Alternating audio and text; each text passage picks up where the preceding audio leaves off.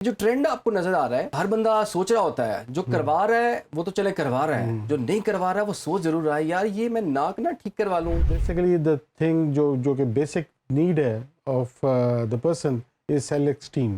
Self esteem کو satisfy کرنے کے لیے یہ ساری چیزیں ہوتی ہیں. باڈی کو شیپ کرنے کا، باڈی کنٹورنگ جو ہے یہ کیا چیز ہے؟ آپ یہ سمجھ لیں کہ آپ کے مسل بلڈنگ جو ہے نا بیسیکلی نہیں ہو رہی. اگر مسل بلڈنگ ہیلدی مائنڈ نہیں ہوگا، ہیلدی باڈی نہیں ہوگی تو ہیلدی مائنڈ کیسے ہو سکتا ہے؟ ڈاکٹر صاحب کتنا ویٹ ہو تو اس کے بعد ایسے پروسیجر کی طرف جانا چاہیے؟ آپ کا جو باڈی ماس انڈیکس جس کو BMI ہے وہ آپ 27 سے نیچے رکھیں. کس کو کروانا ہے ٹرانسپلانٹ، کس کو نہیں کروانا، اور یہ ڈیسیژن کیسے لینا ہے؟ اگر آپ اسیسمنٹ نہیں کروا سکتے، ایویلیوشن نہیں کر سکتے، آپ ڈاکٹر آپ کا ٹھیک نہیں ہے تو ہاؤ کم. نمبر 1. نمبر 2 یہ ہے کہ اللہ تعالیٰ کی کانفیگریشن کو آپ میچ نہیں کر سکتے. السلام علیکم، سنو پوڈ کاسٹ کے ساتھ میں ہوں عمران ثناء اللہ. آج کل کچھ چیزیں بڑی کامن ہو گئی ہیں.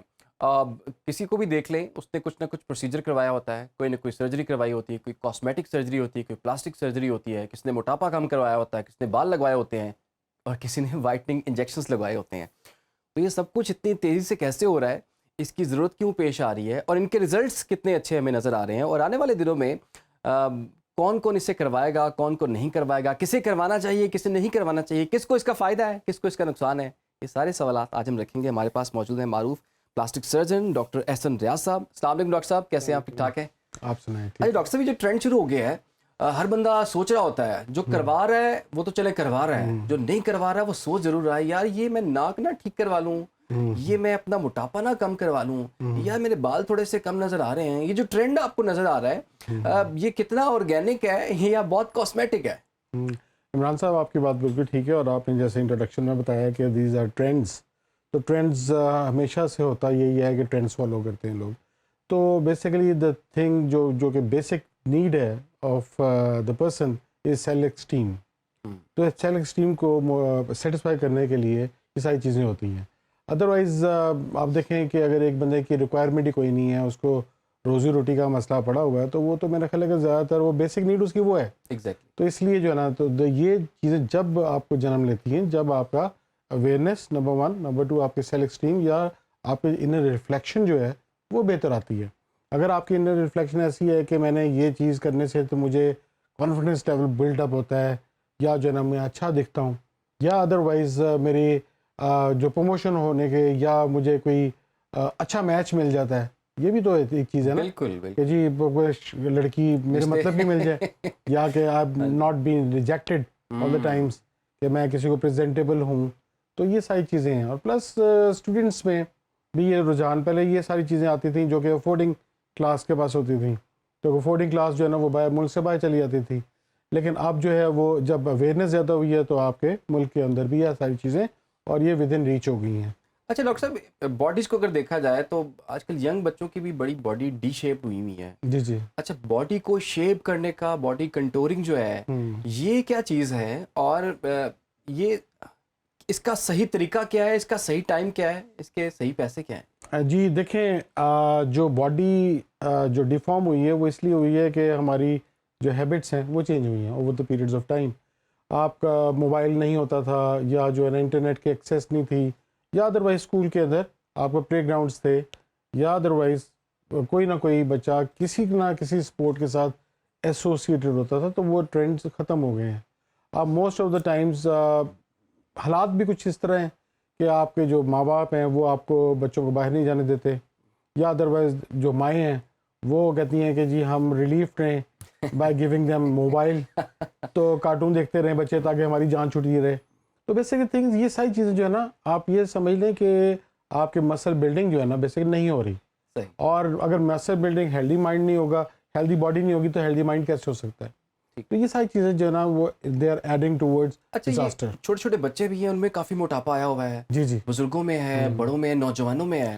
اور یہ ذرا مجھے بتائیے، یہ جو اس کے پروسیجرز کروائے جاتے ہیں، کون کون سے پروسیجرز آپ کون سے آفر کر رہے ہیں؟ دیکھیں بچوں میں جو سکسیس ریٹ کتنا ہے؟ جی بچوں میں جو چبینس ہے وہ بہت بڑا ایک ایشو ہے. اور پہلے ہم سمجھتے تھے کہ جی یہ ایک کنجینیٹل پرابلم ہے، یا جو ہے نا یہ ہو جاتا ہے اس کے مینس کہ اس کی جو ہے نا جو وہ چکل جو کہتے ہیں جو اس کی کازیٹنگ فیکٹرز ہیں جی وہ ہم کہتے تھے ان نون ہیں.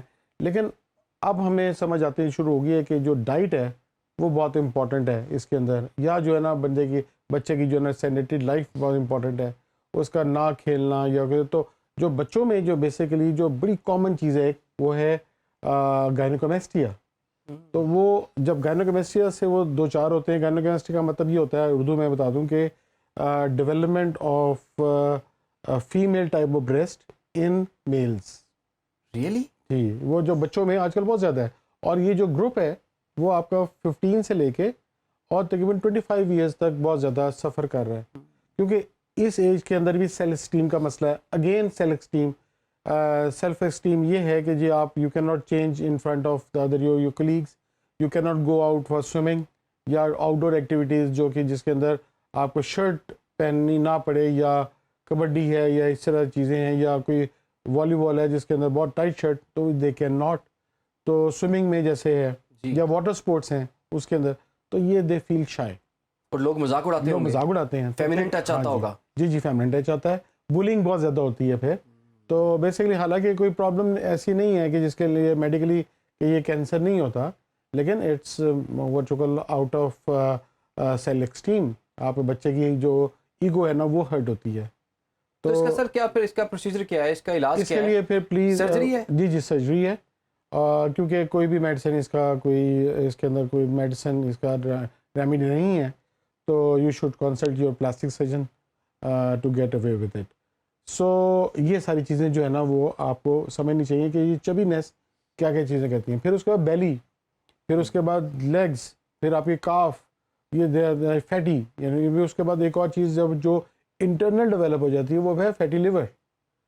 ٹھیک ہے نا. تو یہ ساری چیزیں اتنی چھوٹی ایج میں, تو پھر آپ کی لائف ایکسپیکٹینسی تو پھر کم ہو جاتی ہے نا. جی تو ڈاکٹر صاحب کتنا ویٹ ہو تو اس کے بعد ایسے پروسیجر کی طرف جانا چاہیے؟ آپ کو جو بیسیکلی اس کے اندر جو آپ کا جو ٹیک ہوم میسیج ہونا چاہیے کہ آپ کا جو باڈی ماس انڈیکس جس کو BMI ہے وہ آپ 27 سے نیچے رکھیں, 25 سے نیچے رکھیں, 26 سے نیچے رکھیں.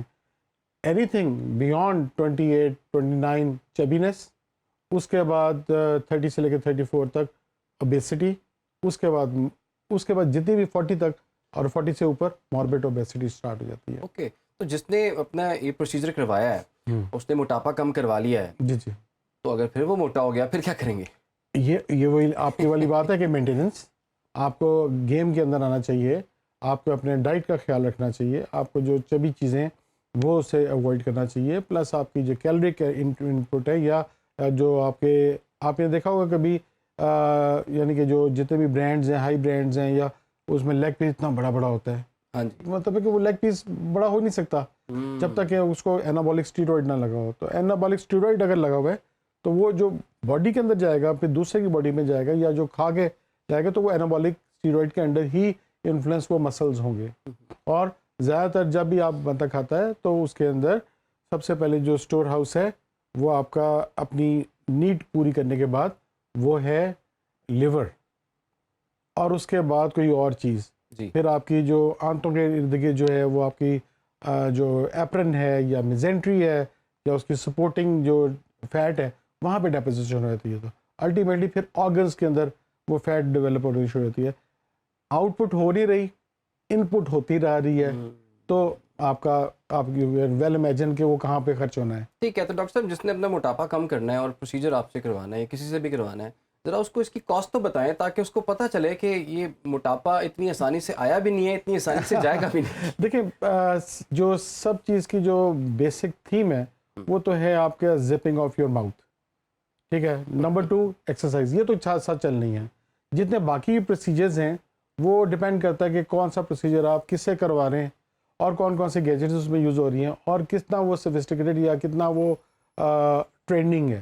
مہنگا کام ہے, لیکن پھر بھی آپ کو جو سمپل لائپوسیکشن سے اگر اوپر چلتے جائیں گے تو آپ کے پیسے بڑھتے جائیں گے. صحیح. اچھا, ایک اور کمپلیکس جو کہ ہماری سوسائٹی میں بہت زیادہ ہے وہ یہ ہے کہ رنگ گورا چٹا ہونا چاہیے. اس لڑکی کی شادی نہیں ہوتی جس کا رنگ تھوڑا سانولا ہو, اس لڑکے کے بھی مسائل ہو جاتے ہیں کہ مجھے لڑکی والے دیکھنے آ رہے ہیں تو میرا تو رنگ جو ہے وہ بڑا ڈارکر شیڈ میں چلے گیا ہوا ہے. تو یہ جو آج کل وائٹننگ انجیکشنز کا آپ اسے کہہ لیں فیشن چلا ہوا ہے, سر اس کے بارے میں کیا خیال ہے, یہ سیف ہے؟ یہ دیکھیں وہی بات ہے ٹرینڈنگ. اچھا, دوسری بہت امپورٹنٹ بات ہے کہ آپ جو گورا ملک ہے یا گوروں کا ملک ہے یا ٹائپ 1 یا ٹائپ 2 لوگ ہیں اسکن ٹائپ والے, وہ کہتے ہیں ہماری اسکن ذرا ٹین ہو. اور یہاں کے لوگ جو ہے نا وہ جن کی ٹین اللہ تعالیٰ نے اتنی پروٹیکشن رکھی ہوئی ہے دھوپ سے, میلانن سے, تو وہ کہتے ہیں ہماری اسکن گوری ہو جائے. تو basically whatever procedure you adapt, تو you are getting rid of your melanin. جب میلانن جائے گی تو ظاہری بات ہے کہ پھر جو پروٹیکشن ہے وہ بھی آپ کی کم ہو جائے گی. اچھا, جہاں تک سیفٹی کے تعلق ہے, اگر آپ کے ڈاکٹر کے ساتھ چل رہے ہیں اور آپ کی اس کی سیفٹی لیول وہ انشور کرتا ہے اور آپ کو پرسکرائب پراپرلی کرتا ہے تو پھر تو چلیں اس کا ٹھیک ہے. And they are all maintenance things, یعنی کہ یہ نہیں کہہ سکتے آپ کہ آپ نے ایک دفعہ یہ کورس کر لیا تو آپ گورے ہو گئے. نہیں, یہ ون ٹائم نہیں ہے. نہیں, یہ ون ٹائم نہیں ہے, یہ مینٹیننس ہے. اور مینٹیننس وائز یہ ہے کہ رنگ آپ کا بائی ورچو کہ آپ کا لیور صحیح طرح کام کرنا لگ جائے, کیونکہ اس کے اندر جو چیزیں انجیکشنز ہوتی ہیں اس کے اندر گلوٹاتھیون ہے, اس کے اندر بہت ساری وائٹامنز ہیں, بہت سارے گروتھ فیکٹرز ہیں. اسٹیرائڈ نہیں ہوتا اس کے اندر, جو وائٹنگ انجیکشن میں اسٹیرائڈ نہیں ہوتا. ہاں یس, جو آف مارکیٹ یا آف برانڈز جو کریمز ہیں جو کہ لوکل کریمز ہیں اس کے اندر یس ہیوی میٹل اینڈ اسٹیرائڈ ضرور ہوتا ہے, کیونکہ اس کا افیکٹ جلدی آتا ہے اور آپ کی اسکن کو وہ خراب کر دیتے ہیں. وہ جو وائٹنگ ہے وہ ڈینجرس ہے, اس کے اندر کینسر کا ایلیمنٹ بھی ہے, اس کے اندر آپ کی جو چھوٹی چھوٹی ویسلز ہیں اس کے اندر وہ ڈی کلریشن ہو جاتی ہے. اور آج کل ہمارے پاس جو لوگ آ رہے ہیں بلیکنگ کے علاوہ, وہ آپ یہ سمجھ لیں کہ بلیکنگ سے بھی اوپر چیز ہے, کالے پیلے نیلے لوگ آ رہے ہیں, ٹھیک ہے نا, کلرفل آ رہے ہیں, کیونکہ وہ جیسے وہ اسٹیرائڈ اپنا یعنی کہ اس کی رسپانس دیتا ہے تو وہ جیسے ریئیکٹ کرتی ہے اسکن تو اس کے حساب سے ہوتا ہے. کہیں سے اسکن بہت زیادہ تھک ہو جاتی ہے, کہیں تھن ہو جاتی ہے, کہیں ویسلز اس کے جو ہے نا وہ پرومیننٹ ہو جاتے ہیں. ٹیلنجیکٹیزیا اس کا ورڈ ایگزیکٹ ہے. اور اس کے علاوہ بہت سارے لوگوں میں کینسر بھی رپورٹ ہوئے ہیں.